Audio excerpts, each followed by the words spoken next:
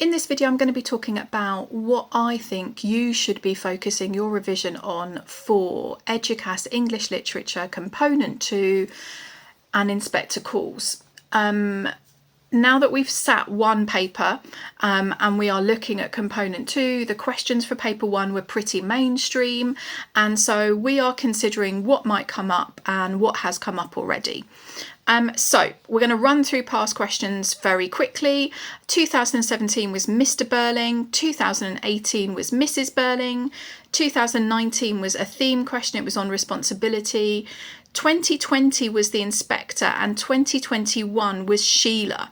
Now it's worth noting that those were the two COVID years, which means that the cohorts that were doing those questions were very small because students mostly had their grades given by their teachers, and they were given an opportunity to retake in the November if they wanted to. Particularly in 2021, there was a tiny cohort that did those exams in the November. So 2022 was Eric, 2023 was another theme question, it was the discovery of truths, and 2024 was back to Mr. Burling. So there are a handful of things that it's worth noting. Firstly, they do seem to be cycling through the main characters, but we haven't yet had Gerald, so he would be one that's worth revising, and I've got a longer video on Gerald on my YouTube channel with a whole essay plan and everything.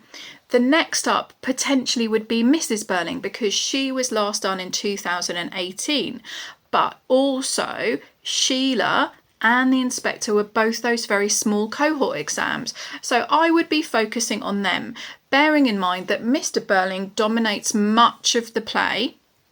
And Eric, even though he came up in 2022, again, the impact of his behaviour on Eva Smith is so significant that I think you want to revise him as well, even if it is just a few things for you to remember.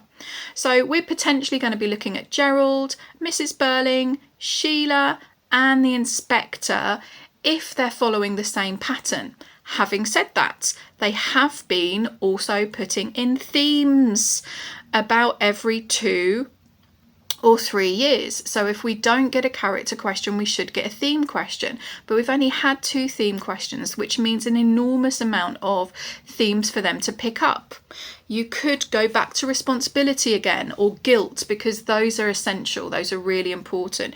You could have something like family relationships or generational divide, which then would allow you to speak about some of the characters. Then, of course, we've got things like greed and money, or we've got the idea of people changing or not changing. We've got the treatment of others, and it's always really important that you've got something to say about the treatment of Eva Smith, because that could be another question. And then we've got all sorts of things like poverty, fear, social division. So there are tons of things that you could be thinking about revising. So get your stuff ready. Get your 2 or 3 quotes on each of the themes. Make sure you've got something to say and you understand the text really well.